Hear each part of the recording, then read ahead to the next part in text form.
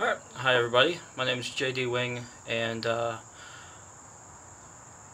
what I'm recording is my entry for the Pallet Upcycle Challenge 2015 by Sterling Davis.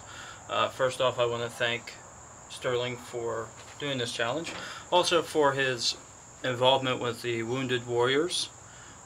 Having served in the Marines, I had some connections with them prior to me separating, and they're good people over there, and they can use all the help that they can get. And I admire anybody who supports them privately or through challenges such as these and raising awareness. Organizations like that can definitely use the help. So we're going to start with the way that I disassemble pallets. We're going to go outside a little bit, and sorry about the mess out here. I haven't been out here for a while, so just stay tuned and we'll get to my disassembly of pallets. Alright, now we're getting to my disassembly of the pallets. About 6 months ago, maybe less than that, I got about 40 pallets, and they were all very good quality wood. They were used to transport cabinets to a major retail chain, and someone I know through the carpenters actually did the install, and I got the pallets for free for them. There's about 30 or 40 of them, and because of the quality of the wood, I'm able to use a method that most people can't use for pallets, or they just don't like. I just use a simple pry bar, wonder bar, and a hammer, and that gets my pallets apart in a few minutes. And then I pound out the nails. I'll show you how I do one pallet here. Like I said, it works for me because of the quality of the wood.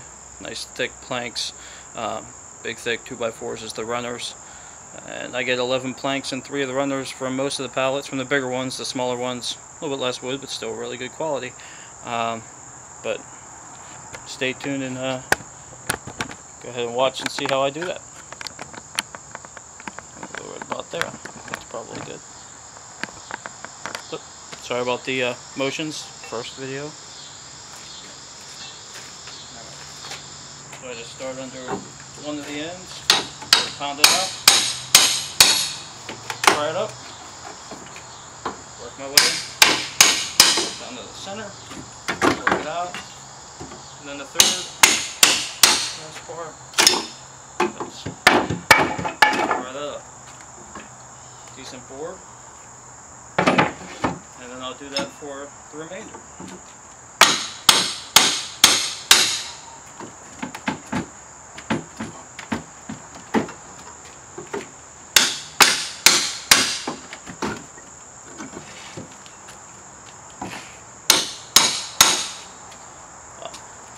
Not going to bore you with taking apart the rest of the boards, but that's how I do it. Just a pry bar and a hammer. Takes about 5 minutes or so for a whole pallet. And I'll be back with showing you the nails. Alright, so I got the pallet apart, as you can see, and well, let's just say it doesn't go perfectly every time. And since I'm recording this, now is the time I want. So as you can see, I do have everything apart though. There are the 3 supports and then also the slats. I did lose one slat, but I mean, it's free wood. I'm not complaining at all whatsoever.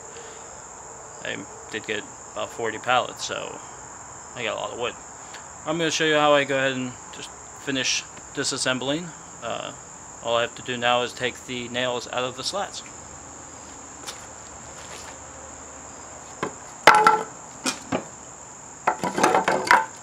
So I just lined them all up on the table here, as you can see, just like that.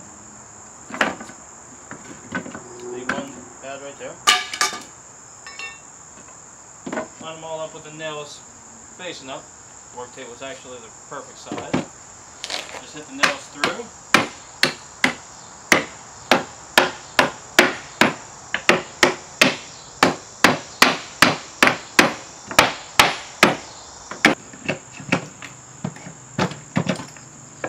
When a wonder bar works great too, because you have the more leverage with it. Just pull them out, nice and easy.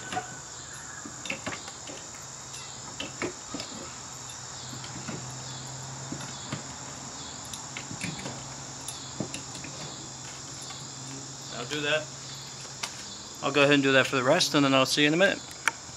Alright, so I got the nails out, and here they are. I'll just put them in my bucket here, and you can see that. There's about 20 pallets, 30 pallets worth here. If you're like everybody else and you've seen all the other videos about pallets, you can save the nails and you can use them for rustic projects. Just haven't gotten around to doing that one yet. I have made several planters and other things, and that's actually what we're going to do in this video here, so stay tuned. I'll gather up the wood, show you the wood that I'm using. It's all from the pallets, of course. In fact, if you look over that way, see some more pallets and a giant stack of wood. Right over there. Alright, so that right there is some of the wood that we just got from that pallet. The 3 beams, and also the slats. Some other pallets here. These are the ones that you're probably more familiar with. Standard, very cheap wood. Very thin runners. You're better off using Izzy's pallet bar for that, or I know he has an invention for that. Probably better off using that. These are slats and beams from a lot of pallets. And over there you can see some of the planters and a grapevine trestle that I've made using some of the pallets.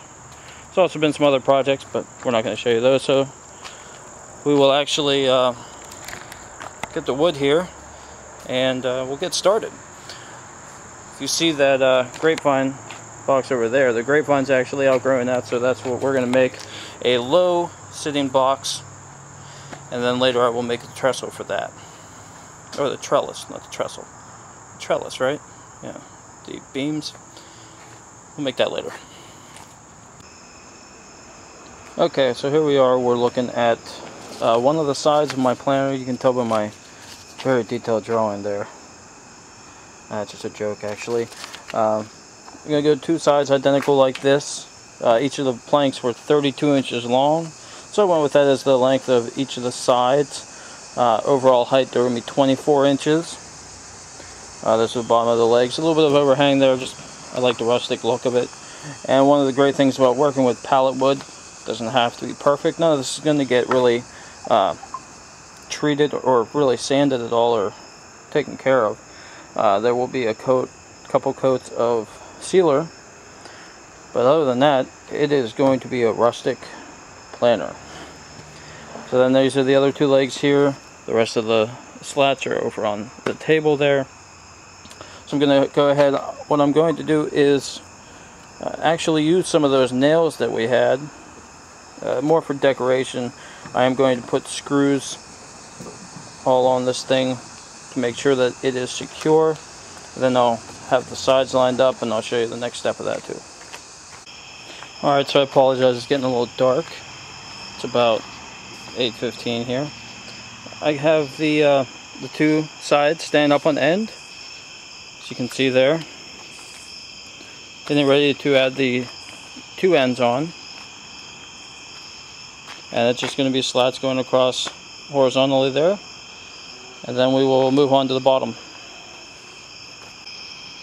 Alright, so here's the completed shell of the box. Step into the light here.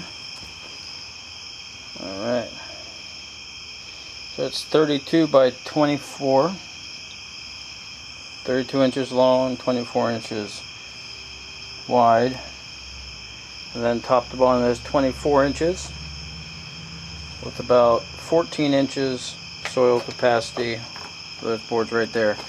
Then the plan is to now put a bottom on it, real simple, to allow for drainage, nothing fancy. Alright, so just to wrap things up here, this is my planter that I just made. Let's let this focus a little bit. There we go. If you notice, I left the 2 ends there open. That's so that whenever I put the liner in, and then I tack it, I'll actually use a strip. I'll cut one of these down in half, I'll rip it, and then I'll cut it to the length there, and then I'll screw it into the sides to help hold the cloth in place And these gaps will actually allow the water to penetrate, because I've noticed with my other planters that they're retaining water very well. So this is in an attempt to help alleviate that problem. Again, the total dimensions is 32 inches long. Actually, it's about 32 3/4 with the end caps on, and then 24 inches wide by a total of 24 inches tall, with a depth of about 14 inches for soil. Let's see, we'll go with that there. The only tools I used was a hand drill miter saw. I use a speed square for my cuts, tape measure, and a pen. Not a lot of tools needed for pallet wood projects. I suggest you just go get some wood, whatever wood you can get, pick it up, cut it, build something with it. And let's see here. Once again, I want to say thank you to Sterling Davis for putting together this pallet wood challenge last year. I actually was very upset that I'd missed last year's challenge. I almost missed it this year too. But I'm glad that I could be a part of it. Hopefully get something. But it was great just to share and finally make a video of woodworking. It's something I've been doing for a while, just never made a video. So hope to make more, hope to get a different camera, and get a little bit more experience with that as well.